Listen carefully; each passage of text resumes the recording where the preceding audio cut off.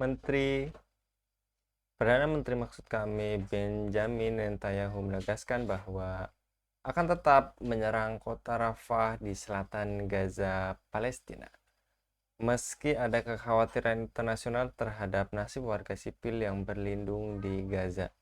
Netanyahu menekankan bahwa tidak ada tekanan internasional yang akan menghentikan kami untuk mewujudkan semua tujuan perang. Untuk melakukan itu, kami juga akan beroperasi di Rafah, kata Netanyahu dalam rapat kabinet mengutip AFP pada hari Ahad 17 Maret 2024. Israel berulang kali mengancam akan melancarkan serangan darat terhadap Hamas di Rafah. Wilayah tersebut kini menjadi tempat tinggal bagi hampir 1,5 juta warga Gaza yang sebagian besar mengungsi di dekat perbatasan Mesir. Apakah Israel segera melancarkan serangan darat di Rafah? Mengapa dunia tidak berani melawan Israel dan apakah tindakan real untuk menyelamatkan Rafah? Untuk membahasnya kami terhubung dengan pengamat politik internasional Bung Rifan Wahyudi. Kita sapa terlebih dahulu. Assalamualaikum warahmatullahi wabarakatuh, Bung Rifan. Waalaikumsalam warahmatullahi wabarakatuh. Kabar baik, Bung Rifan? Alhamdulillah masuki 10 hari terakhir bulan Ramadan sehat. Semoga sampai terakhir nanti. Demikian pula Amin. pemirsa. Ya Robbal Alamin. Dan ini kabar tidak baik, Bung Rifan, dan nyatanya kabar keji yang dilancarkan oleh Netanyahu lagi-lagi katanya tidak takut tekanan internasional dan tetap akan serang Rafah yang tidak bisa menghentikan mereka katanya gitu. Dan menekankan ya tadi tidak akan berhenti sampai tujuan perang mereka. Apakah seluruh dunia takut kepada Israel, Bung Rifan? Ya, terkait dengan dinamika politik internasional, memang kita harus terus mengikuti ya, monitoring atau mutaba'ah berita, sehingga ketika satu kejadian berita peristiwa itu terlewatkan, mungkin analisis kita, pendapat kita itu kurang akurat. Meskipun tidak salah benar ya, karena ini berkaitan dengan fluktuasi yang perkembangannya bisa jadi lebih cepat, tidak hanya hari per hari, tapi menit per menit itu terjadi. Nah, terkait dengan dinamika politik yang di Gaza dan terkait dengan entitas Zionis Israel ini, maka ini memang tidak luput dari global. Kita berbicara global dulu ya, karena Perserikatan Bangsa-Bangsa sudah mengeluarkan dan menyetujui resolusi gencatan senjata yang Amerika Serikat dalam hal ini abstain, sehingga membuat Perdana Menteri Israel Benjamin Netanyahu itu marah-marah karena dengan absennya Amerika itu menjadikan lolos begitu ya. Meskipun ya hanya sebatas di atas kertas, tidak ada otoritas yang menjadi eksekutor untuk bagaimana di lapangan itu gencatan senjata itu dilaksanakan. Kemudian kita turun lagi ke regional. Di regional di Asia Barat ya, saya lebih suka menyebut Asia Barat daripada Timur Tengah, karena Timur Tengah itu bias perspektif dari Inggris ketika menjadi adik kuasa dulu ya, sehingga di Asia Barat, tapi memang agak roaming nanti kan kita bicara Asia Barat, tidak apa-apa lah. Timur Tengah begitu ya, yang menjadikan perkembangan yang begitu memanas melibatkan banyak pihak, yang ini menjadi benang kusut yang tingkat kompleksitasnya semakin tinggi, karena terutama cawe-cawenya Amerika Serikat sebagai Israel besar begitu ya. Kalau Israel itu sebagai Amerika kecil itu memang setali dua mata uang yang sama begitu. Yang ini menjadikan suasana tidak stabil dan memanas dengan eskalasi yang tidak terprediksikan. Yang ini terkait dengan dinamika politik nasional di entitas Zionis Israel tadi, karena ini juga menjelang pemilu ya. Jadi Benjamin Netanyahu yang wakil dari Partai Likud. Partai Likud itu adalah partai di dalam negeri yang didirikan oleh eh, Menahem Begin ya, dulu Perdana Menteri Israel tahun 73 sebagai oposisi terhadap Partai Buruh yang sudah lama berkuasa. Sehingga dua partai ini yang saling berebut pengaruh. Sehingga kejadian menginvasi dan melakukan penyerangan kepada Gaza itu ada bagian dari elektoralnya Benjamin Netanyahu. Karena dia termasuk menjadikan serangan kepada Gaza itu sebagai komoditi politik ya, baik itu dalam negeri dan termasuk luar negeri untuk mendapatkan dukungan. Seperti kemarin kita sudah masuki ya, hampir bulan ke-6 ya, sehingga pertama memang ketika Gaza sudah bisa dibebaskan oleh Mujahidin Brigadir Izzuddin Qassam dan 15 faksi lainnya yang sudah bersatu relatif ya, yaitu kemudian Israel sudah terusir, bahkan yang turun di Gaza City yang di sebelah utara Gaza itu sudah polisi jadi untuk pengamanan, tapi ternyata Israel kemudian mendapatkan suntikan kekuatan yang luar biasa dari kayaknya dari Yahudi global ya, Yahudi internasional, kemudian melakukan serangan ke Rafah ya, yang sesuai dengan judul kita pada petang hari ini, Rafah di ujung tanduk. Ya, memang posisi di ujung tanduk itu sangat rentan dan berbahaya. Kalau telur yang di ujung tanduk dan jatuh akan menjadi pecah begitu. Tetapi untuk saat ini memang seperti yang disampaikan oleh Benjamin Netanyahu, tidak ada kekuatan internasional yang bisa menghentikan. Berarti dia mengabaikan sama sekali terhadap resolusi PBB itu. Sehingga kita sudah tahu watak wahingnya Israel itu ya seperti itu, karena yang dia pahami ya hanya bahasa perang ya, tidak ada diplomasi atau termasuk termasuk pasukan perdamaian PBB sekalipun, karena memang bahasa perang itu yang hanya dimengerti oleh mereka yang haus darah, termasuk untuk kepentingan elektoral tadi ya. Tapi ya kita bukan menjadi takut kalau Benjamin Netanyahu yang haus darah seperti itu sudah berlumuran darah dari ujung kepala sampai ujung kakinya, ya hanya yang jadi korban kan masyarakat mustadafin ya, masyarakat sipil, anak-anak, wanita itu menempati persentase yang cukup besar. Ketika di Gaza City itu banyak tunnel-tunnel ya, kota bawah tanah. Kalau di Rafah itu sepertinya tidak sebanyak di Gaza City, sehingga menjadi sasaran empuk ketika antrean pengungsi ditembaki mesin senapan mesin, bahkan dibom dan seterusnya, yang jumlah korbannya juga menjadi sangat banyak begitu. Sehingga ini adalah merupakan ya masih awal, meskipun bagi kaum muslimin kan ini Ramadan barangkali ini bisa menjadi Ramadan yang ceria bagi kaum muslimin di Palestina, tetapi ternyata masih menjadi Ramadan yang kelabu. Begitu, Mas Anggi. Baik, Bung Rifan, yang tadi juga Anda sampaikan, dan ini artinya apakah mereka dibiarkan mati pelan-pelan oleh tangan penguasa boneka ini, Bung? Kalau diistilahkan dengan pembiaran ya, terhadap mati pelan-pelan mungkin bisa jadi iya, tetapi karena ini adalah merupakan kejahatan kolektif begitu ya. Kalau kita pisah itu sebetulnya apa yang dilakukan oleh pertama kan ya kita pisah lah. Yang pelaku kejahatan utama Israel itu, dan kemudian di backup penuh oleh Amerika Serikat plus dibantu sekutu ya, Inggris, Jerman, dan beberapa yang lain. Kemudian yang kedua itu adalah ya negeri-negeri Muslim yang seharusnya itu bersikap kesatria, kemudian menunjukkan solidaritas dan kuah sebagai satu umat, satu tubuh, one ummah gitu. Tetapi faktanya mereka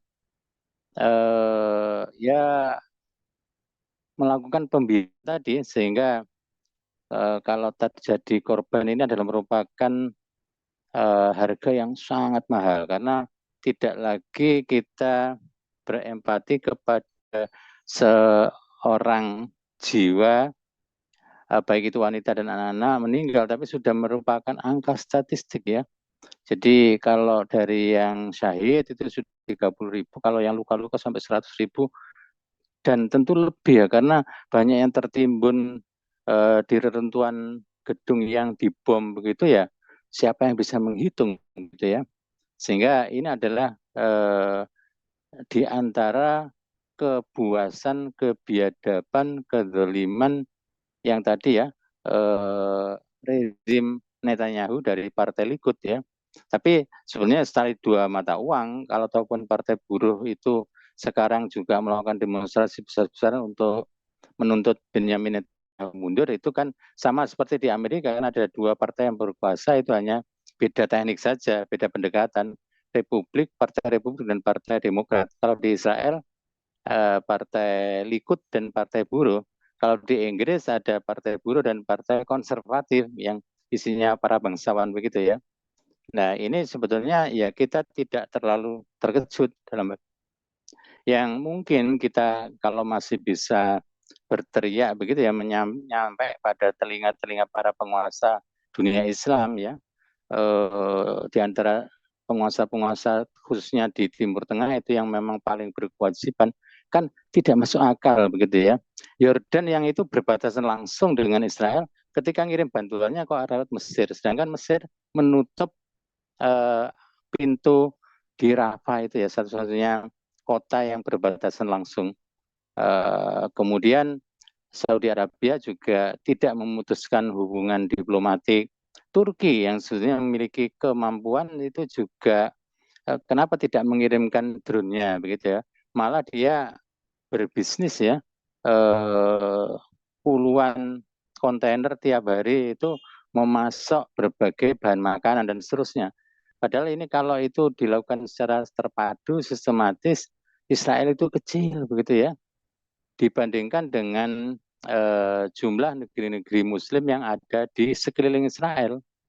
Yang ini ya kita mengelus dada, sekaligus ini ironi dan juga paradoks ya bagi kaum muslimin di sana. Sehingga sebetulnya sekarang juga sebagaimana PBB sekalipun itu juga sebagai lembaga yang punya otoritas itu ya, yang disampaikan oleh Antonio Guterres itu juga PBB pun tidak berdaya untuk menghukum Israel, termasuk menghentikan dan mengatur-ngatur itu. Ini kan ibarat anak yang bandel itu ya, sakar PDW, seenak udarnya sendiri, tidak memperhatikan hubungan internasional. Kalau dalam masa perang mungkin iya begitu ya, tapi berkebalikan dengan sikap negeri-negeri Muslim tadi itu, yang justru dia terjebak dalam jaring-jaring power yang sudah ditebar oleh Israel sejak puluhan tahun, karena dia dalam posisi secara psikologis itu memang posisi perang ya negara itu, bahkan ada wajib militer dan seterusnya. Kemudian terus mengkondisikan negara termasuk Mesir sudah takluk dengan perang 6 hari pada tahun 67 ya, kemudian berlanjut pada perjanjian Camp David. Itu masing-masing negara itu digarap sedemikian rupa supaya ya ada titik celah sampai pada normalisasi hubungan diplomatik, saling membuka kedutaan dan seterusnya, termasuk ya sikap enggan atau tidak membantu ini dari sisi pemerintahnya ya. Tapi kita berhusnudon secara individu itu ya, dukungan tidak hanya doa, kemudian opini, serta sebagian mungkin juga mengirimkan bantuan dana jihad ya, yang itu menjadikan jihad di Gaza itu sampai sekarang terus kobar begitu ya. Bahkan sudah memasuki tahap yang kalau sebelumnya tank Merkava itu dikirimi roket begitu atau granat, kalau sekarang sudah bisa menembak jatuh pesawat tempur. Ini kan sudah kemajuan yang signifikan. Sehingga bagi kaum muslimin harus tetap ada optimisme, karena sejak Tufanul Aqsa selama hampir 6 bulan ini adalah daya tahan mujahidin luar biasa. Yang ini ada menunjukkan sifat kesatria dalam Islam, yang itu adalah mewakili sebagai fardu kifayah bagi kaum muslimin untuk menjadi penjaga tanah wakaf Palestina yang diberkati.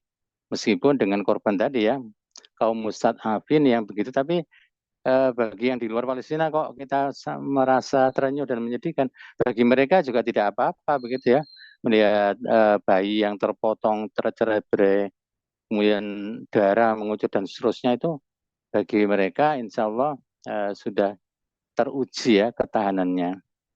Kira-kira begitu Mas Anggi. Baik, dan terakhir Bung Rifan, setelah tadi penjabaran yang begitu menyedihkan dan patut untuk dibantu gitu saudara sama muslim kita di sana, lalu apa solusi real untuk menyelamatkan Palestina selain bantuan yang tadi diberikan secara teatrikal ya seringnya, yang tidak mencegah mereka dari mesin kejahatan dan penghancuran entitas Zionis penjajah ini, Bu?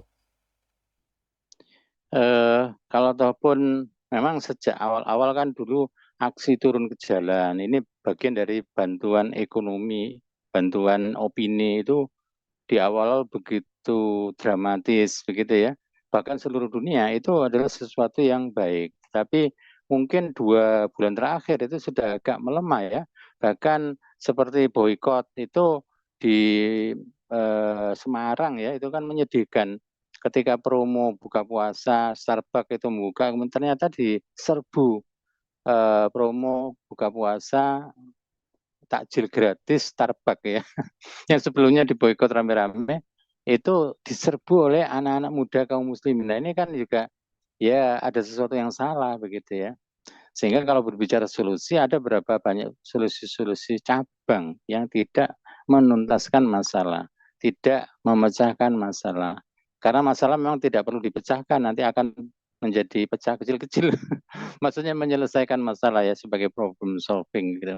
Sehingga dengan problem yang begitu rumit, kompleks, bahkan melibatkan ya negara besar dan sebagian negara di kawasan regional Timur Tengah itu ya kalau dari kajian-kajian yang juga sudah banyak disampaikan, itu dengan pendekatan intelektual ya kita perlu terus membina umat ya, bisa kofatil Islamiyah siasi begitu, khususnya untuk politik luar negeri, sehingga untuk melakukan irtifa'ul fikri, membangkitkan meningkatkan kemampuan pola pikir politik itu terjadi di tengah-tengah umat, sehingga termasuk ketika menyikapi problem Palestina, meskipun itu problem cabang, meskipun cabang besar begitu ya, karena ada cabang yang utama yaitu sebagai qadhiyah Masiriyah, sebagai pangkal segala pangkal,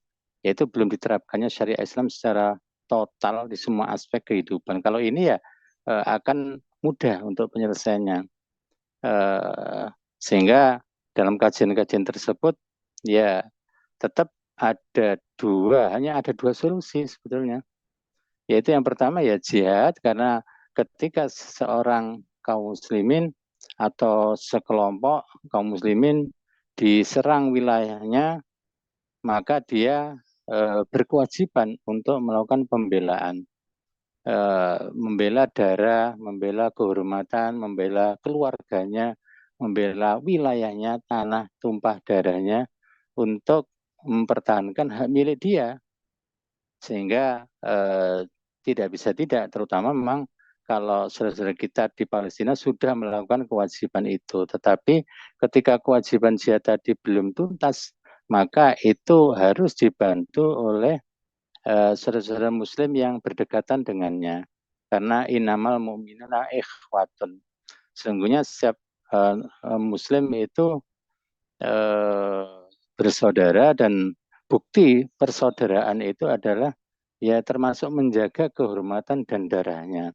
Sehingga dalam kaitan ini maka sebagaimana seruan yang relatif ya menggema di opini dunia, seruan untuk mengirimkan tentara pasukan negeri-negeri muslim untuk membantu Palestina, itu kan seruan yang mulia sebetulnya.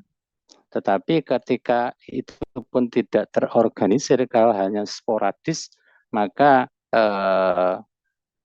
ancaman dari Benjamin Netanyahu tadi untuk meratakan Rafah dan beberapa waktu yang lalu pernah juga akan menyiapkan bom nuklir itu untuk mengirimkan ke penduduk Gaza dan seterusnya. Tentu dari sisi apa ya maknawinya itu kaum muslimin tidak akan takut begitu, tapi untuk langkah politik dan langkah tadi ya kewajiban secara fisikal yaitu jihad fisabilillah itu ya tetap harus dilakukan, sehingga penduduk Palestina sudah terlepas dari kewajiban itu, tetapi karena belum tersempurnakan maka kaum kaum muslimin yang lain itu yang dipertanyakan begitu ya. Ya kita berkaca pada di Indonesia misalnya, ketika perjuangan melawan Belanda yang tersebar di beberapa wilayah di pulau-pulau Nusantara itu, kalau belum terorganisir ya maka Belanda bisa mengirimkan tentara satu kemudian ngedrop ke wilayah lain dan seterusnya ya secara begitu ya, bergantian begitu. Sama seperti sekarang, kalau kaum muslimin tidak juga bersatu padu, kalau ataupun sekarang yang cukup aktif adalah dari proksinya Iran ya, dengan Hizbullah di Lebanon, kemudian Houthi di Yaman, ada Brigade Imam Hussein di Irak, yang ini semuanya sedang mengeroyok ya dengan relatif ya menimbulkan kerugian cukup besar di Laut Merah, di Pelabuhan Elia dan seterusnya. Tapi di mana yang Sunninya, yang disebut Ahlussunnah wal Jamaah, yang salah satunya prinsip dari Ahlussunnah wal Jamaah adalah termasuk melakukan jihad ketika diserang oleh musuh. Itu karena sudah dikondisikan sedemikian rupa selama puluhan tahun oleh Israel dengan berbagai soft power ya, dengan pendekatan politik, pendekatan ekonomi, dan juga dibantu oleh Amerika dengan sebagai tuan besarnya.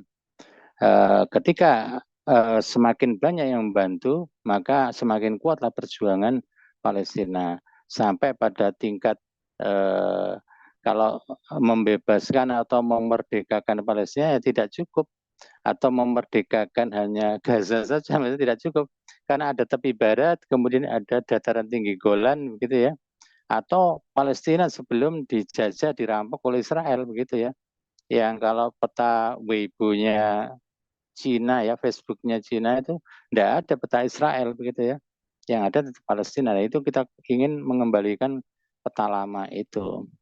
Dan ini lagi-lagi kalau itu tidak dilakukan secara terpadu di bawah satu komando, yaitu Amirul Jihad yang merupakan tangan kanan dari Khalifah kaum muslimin, maka ya tidak akan tuntas begitu ya.